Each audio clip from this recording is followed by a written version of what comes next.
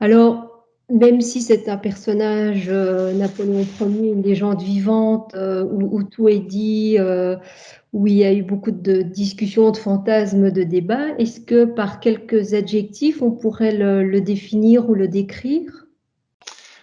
De manière façon générale, Napoléon est un travailleur, un méticuleux, mais aussi un ambitieux.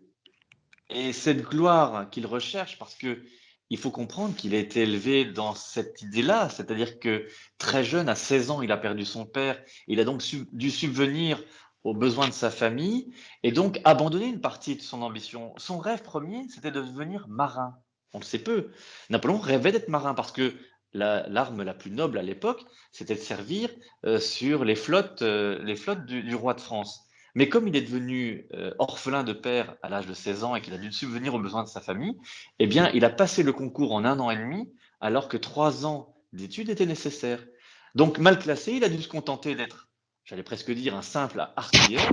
Et en faisant de la sorte, eh bien, son ambition, qui avait été mise de côté, lui qui souhaitait servir en particulier en Corse, eh Mmh. bien, ce rêve inachevé, inassouvi, il l'a transformé en ambition beaucoup plus dévorante. Et lorsqu'il est devenu à la fois général avec la Révolution, puis ensuite premier consul à l'empereur, eh bien, cette ambition, il l'a remise au goût du jour. Donc c'est à la fois un travailleur, comme je vous disais, un méticuleux, mais c'est surtout un ambitieux, et cette ambition dévorante va le conduire parfois à des choix qui sont beaucoup plus discutables et qui vont l'emporter vers les abîmes.